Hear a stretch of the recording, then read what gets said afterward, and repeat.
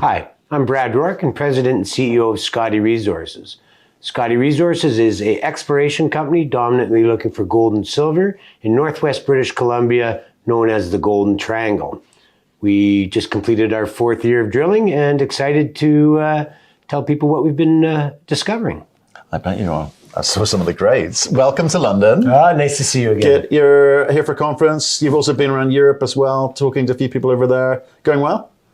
Excellent. It's my 4th conference in a row, so I've never really done quite a grind like this, but that's brutal. It's great. And you know, the conference at 1-to-1 is about the most energy I've seen since maybe 2019. Well, that's good news. Yeah. That is good news. We've heard all sorts of feedback from the European stuff, so glad to see London is delivering. Well done us. Mm-hmm. And you're here for what reason? Obviously, you got some super high grade headline numbers going at, and I guess you're telling that story. Sure. We do have some really, really strong investors from over on this side of the pond. Yeah. And because we're weather constrained, it's a good opportunity to bring Thomas with me. You know, some of these bigger funds want to see the geologist.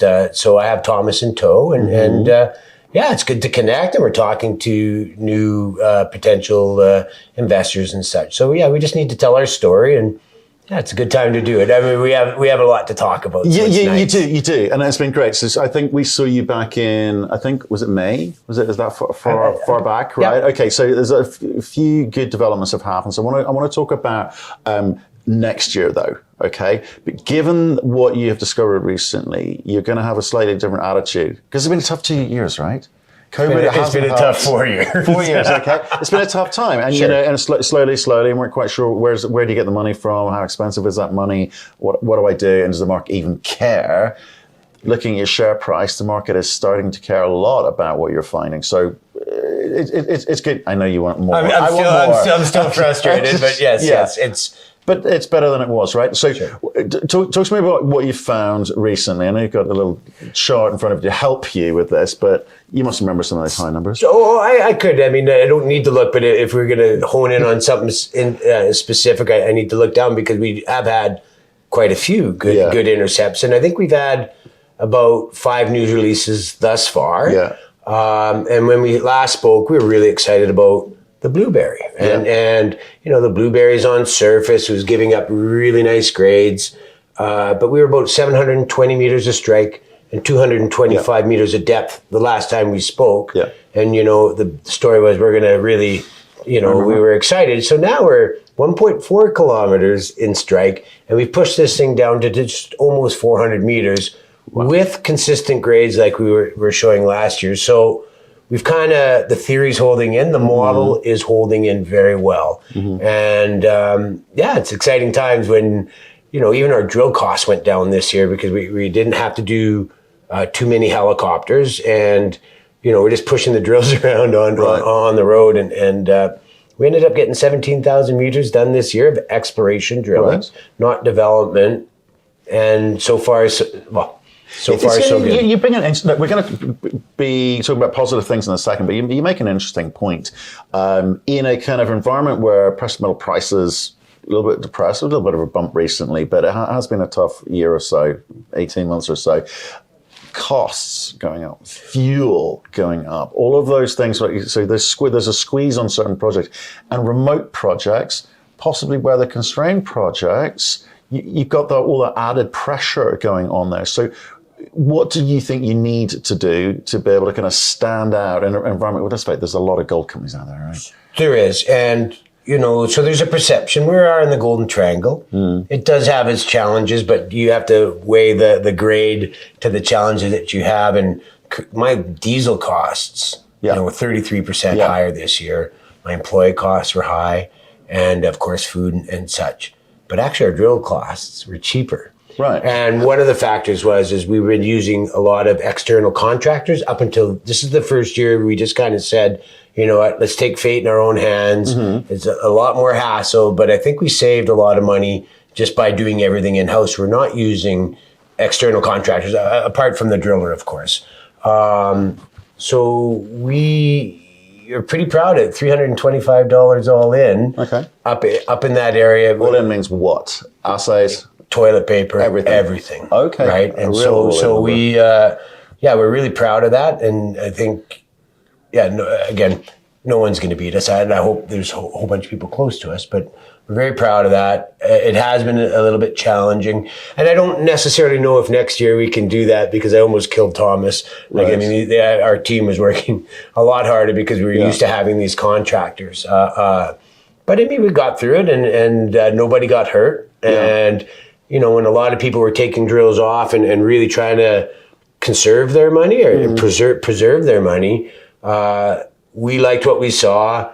We bought our royalties back this year, and we ended up drilling every year for the last 4 years. We've always said we're going to do something.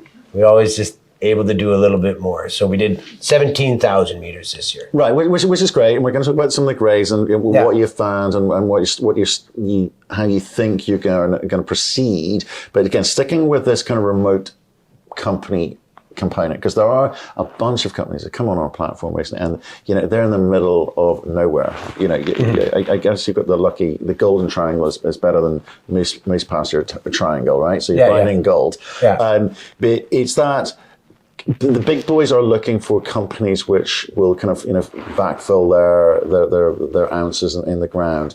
You need to do what? What do you? I'm intrigued how you mentally go to this. Is it just we'll find some gold and someone will want it at some point, or would you say that we need to build this a certain way to kind of be attractive for someone with a bigger balance sheet to come in and either get involved or take us out or whatever? So how are you planning the drilling?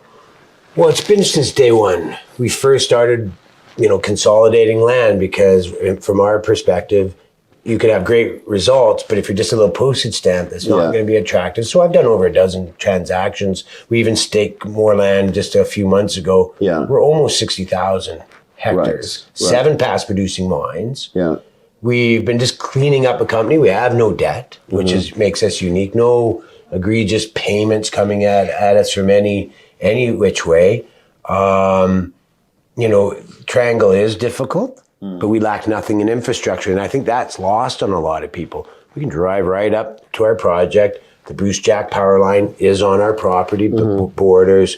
There's deep water shipping 40 kilometers down the road. We have the town of Stewart to help support the camp effort. So it's just a lot easier for us than perhaps the other people in our area who are also working hard and doing very, very good things. We just happen to be blessed. And again, we have a mine permit. We're an exploration team, but it makes us unique in that way. Does that run out at some point? No. It's a permit allocated in perpetuity. Yeah, it's permit M139, and it's a small mine permit. Much like Barkerville, where Osisko went in there, 75,000 ton a year. It just makes us unique, right? It's it's a brownfield site, green power, so we really check all the boxes that one would want to see, and we're just Okay. Well, okay. So I needed to kind of ask. I'll try and understand the thinking. And it's always important. Looking at this, right? I love diagrams like this, because if it's red, it's good. If it's blue, not so much. So lots of red there. Yeah. Right. Do you want to talk through some of those grades for people who perhaps not heard this story? And so I do want to kind of pick you up on one of the drill holes, though. Okay? Sure. So we've put out 5 news releases, but let's just talk about the goalposts. Okay, on the northern end of our project, we released this year 13 grams over 12 meters, and that was about 25 meter step down. That was our first drill hole of the season, and we have more coming to depth there. But then let's go 1.4 kilometers away from that, the other side of the goalpost. We used to be 700 meters, but now we're 1.4, 9.5 over 16 meters, right? And that really gets us excited. And, we had to drill our deepest hole last season. I don't have it in front of me. It was like 12 meters, 13 meters over 12, 13 grams over 12 meters at 225. We did 140 meter step down. And the result we had from there is 7 grams over 24 meters. So the structure's holding in, and we're getting these widths, which is unique. I think people need to look at the widths of this. Because again, the Golden Triangle is known for some high grades, and we have it at the Scottie project and the Georgia River. And we've been drilling 4 zones, but this year we just focused on the blueberry. So that'd be the goalpost. We pushed it down by 70 meters and 100% on strike length. And then, again, a whole host of the results all in between are all very, very respectable. Right, and the thing I want to talk to you about is, because I see this a lot, companies kind of, the way they report the data is super important. There's ways of getting the market excited by perhaps smearing some of the information that comes out there, not sort of true reporting. And then there's doing things the right way, which geologists do tend to like it. And I can sort of understand why some companies do it, because in a difficult market, you need to find something, some hook. Yeah, people excited. So, I mean, you've got one hole there, which stands out as, I think, this one. Right. We're okay. So, yeah, and I got a little pushback on that. But in defense of this, so 9.79 over 25 meters, but there was an extremely high hit of, 161 over 1.3. Yeah. And then 20 meters in between there, we hit a 10 gram over 3 meters. I don't even know if I have it in there, but 10 grams over 3 meters. Yeah. And then some low grade in between that. And we decided to put the bigger width rather than, wouldn't hurt to put 161 gram meters, but we didn't do that. Only because we just don't understand the mining method that we're going to use. Right. I'm not a mining engineer, but because this is all coming from surface, if that was indeed a open pit scenario, we believe that, or in relation to some of these other results that we're seeing there, and it was damned if you do, damned if you don't. It was a decision we had to make. And there's some other ones in there that we didn't, where it was just zero values. But I mean, they are pretty marginal, and it's good that people are looking anyways. And then if you look at the rest of what we've done, I think people can get. No one's going to get too concerned. Okay, fair enough. Yeah. Right, I buy that. You got one more season of drilling that you want to do. Small window. Yeah, sure. So tell people when is that? You're not going to do as much as this year, but you'll get a chunk done, will you? Oh, no, we haven't decided. It all depends on the cost of money. Okay. I've secured 6 rigs.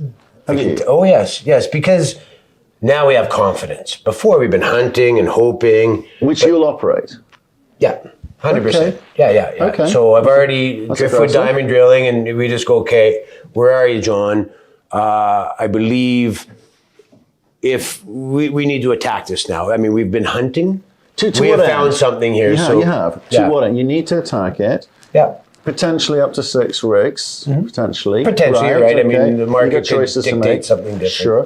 To what end? Because you've said you've been quite categorical on one more drill season, not 2 more, 1 more. Yeah. To what end? What do you then do? Update a resource and move through the economic phases? I think so. Right?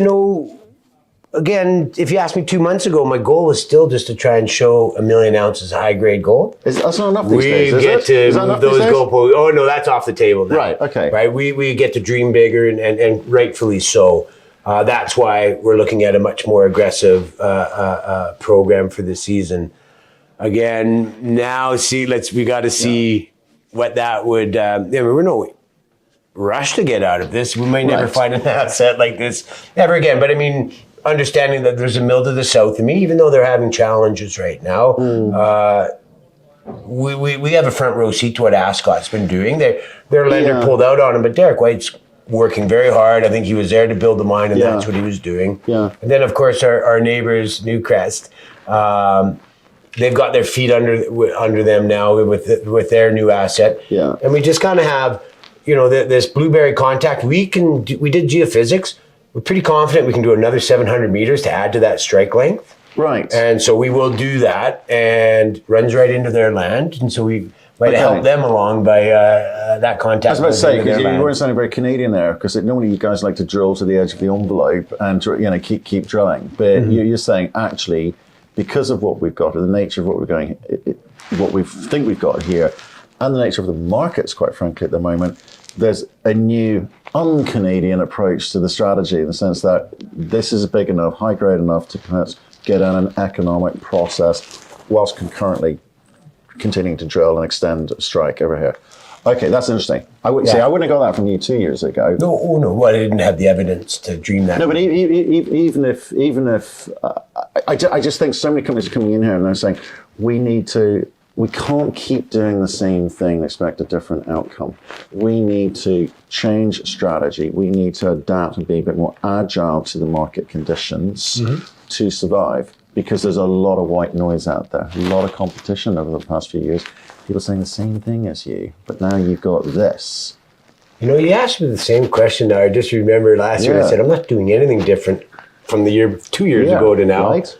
And I'm certainly not going to do anything different this year, only because we've been just having great success. Right. And you know, who knows what tomorrow brings. I still have 60% of I haven't seen a lot of these holes yet. So, okay. You know, again, we'll see that. Okay. Everybody's asking for a resource. I think the last 2 seasons, every drill hole, we do this diamond pattern, right? So we just know that if a resource is needed, we just go into the middle of these diamonds and then it'll be compliant for an inferred resource. But until you know how big it is, again, I think we only dreamt 1 million, but now we get to dream a lot bigger right now. But let's just see what the next couple months brings. So right, maybe I misunderstood, because I think that, you know, there's some companies come on here and go, oh, we've got 8 million ounces, we've got 10 million ounces. And it's like, well, do something with it. Stop drilling. It's enough ounces. Right. You can drill, right? Stop with the drilling. You go make some money. Go produce some actual cash. Go old school on me. Make money. And, you know, whereas when you're sort of starting out, it used to be 1 million ounce was the number you aim for. Now I think it's 2, possibly even 3 million ounces, depending on what grades you've got, right? I'm trying to understand. You're in your head, one more drill season is what? Just be clear with me, because I think I may have misunderstood your intent. Well, I think if we go as aggressive as we're planning right now, we will clearly see that targeting. I can't say numbers, but targeting a 2 million ounce average. I've never said 2 million. I said it. Yeah. Well, and then when you say, you know, but the big difference between 2 and 3, if you look at the deposits around the world, it's actually exponential. And if we have that ability, well, maybe we continue to go, because my shareholders are all very happy. Unfortunately, none of my bigger shareholders, they're just supporting, keep going. And, you know, they're the ones who I did a little financing in Beaver Creek. Apart from Gold 2000, it was all existing, well, except for 1 or 2 people. I give a little IR they're people the a little bit. Guys, right? Yeah, they're out of Zurich.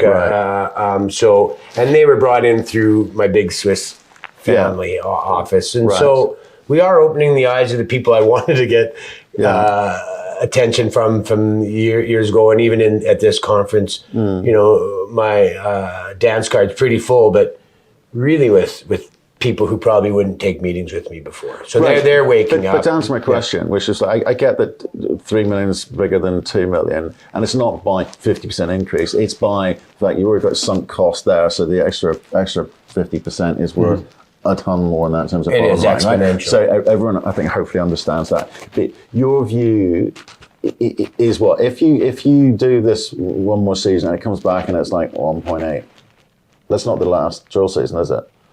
Well, unless somebody comes and makes, you know, it's up to the board and the shareholders. You know, people can come and I run the company via the board. But right now, everyone said, Brad, just don't sell at the bottom of the market. We're happy. Keeping your options open, keeping all options on the table. Correct. Okay, right. Fair enough. Okay, so that's kind of fairly standard.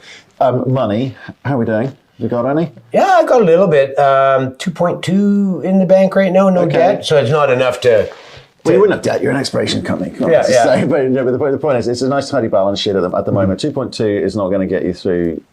No. And you keep talking about expensive money and etc. As you should. Most people go, "Oh, money's money." Nope. No. Sometimes more expensive. No, and that's what would be the difference in companies that survive and don't. Right. Okay. But you're an exploration company. People expect you to raise money to do more drilling, but I suspect they'll be a little bit happier if you choose to do so now.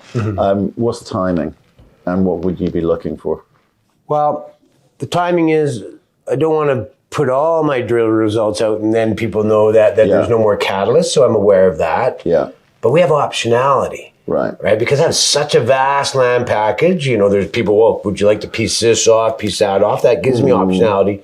And because I'm royalty free, everything north of Ascot, and then, you know, these royalty companies are looking at this. It gives me optionality. I don't necessarily want to, I just bought them back, but it gives me a little bit different. I could do a little bit of non-dilutive potentially. But right now, let's say, you know, that pie chart of all my institutions, and if they're not worried about their dilution and want to keep up with their percentages, I can stomach that kind of dilution as long as we're not bringing a whole bunch of new, you know, Johnny-come-latelys to the story, because we do have these very solid people that have been supporting me. And basically, you know, I was just in Zurich, and one of my larger guys are there, and they're going, Brad, just don't sell at the bottom of the market. My biggest concern is you'll sell this for $100 million when, you know, we all believe we're in this business because we do believe. Just, you know, I mean, I've been 7 years on this project. I didn't do that to sell at the bottom of the market. It's not the time to sell for me. It's never quick. I think it always takes longer than most people realize or understand.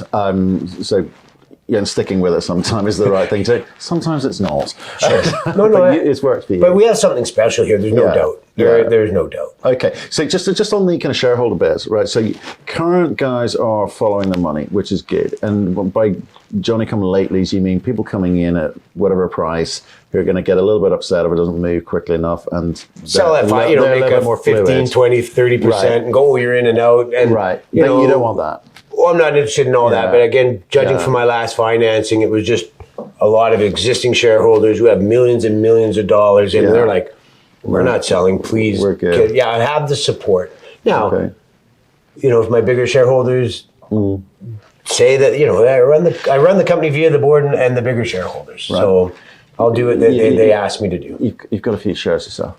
You do. Well, it's getting less and less as I dilute. People have to understand. I dilute. I own 20% of the company in 2019. I know. I'm down to just about 5. Oh man. No, but it shows. It's all value. Okay, so just I want to understand sort of, catalysts coming through. So we talked about short drill seasons. So again, remind people when you'll be drilling, and more importantly, you suggested that you've got obviously more assays to come through, but when you get them, you've got to publish them. So what's the time frame for those assays coming through? Well, I know that we've got a bunch on the trip. And I just told Thomas not to, don't even look, because we're just, you know, seeing people, and, you know, and I've always, you know, I give people excitement, but I never wink, wink, nudge, nudge, you know. Hang on. Don't look or don't publish. You got them, you got to publish, right? It takes a little bit you just can't get a result and put it out there. Thomas has to understand it. It's easier than just it comes in and you go, we can put it out the next day. It doesn't work that way. Okay. Right? I mean, so I know we have some, and I just said, look, let's get through this grueling. We've been conferencing for a month. We'll go back, you know, so I suspect we'll see some news before Christmas, of course. Okay, good. And, you know, and we'll probably decide on who we're going to raise the money from, you know, in the new year. And I can say we have options. How about that? That's great. Yeah. But how much money would you be looking for the drill season and to kind of cover costs? I know you got optionality, but what would that number look like? Well, in my mind right now, and subject to change, if the market continues like this, 20,000 meters next year would be a loss for us, right? We have 50,000 meters in targeting. We can already conceptually see 235, including the toilet paper. Okay. But you wouldn't take I'm going to raise between 10 and 15 million without a doubt. Charity flow through is really, really good right now. 1.5 is what I could receive. Right. So as long as I find the back end, and I won't have, well, I've never had a problem raising money thus far. And I certainly don't anticipate it being any more difficult than it has been. I think it's going to be easier, but. Big season next year. Assess the data, work out how this company moves forward and whether should I perform. Simple story. I love a simple story. We'll keep it simple. All right. Thank you, Matt. Always good to see you.